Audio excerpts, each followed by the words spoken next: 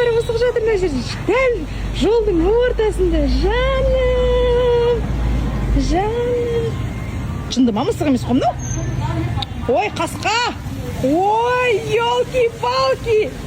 Мынау жапырақ екен ғой. Ишанбасын ана жақтан келатып қырсай. Екі құлағымен көшеде жолдың ортасында кішкентай сары мысық жатыр деп жетіп келсем, мынау вообще вот это жапырақ екен ғой мынау.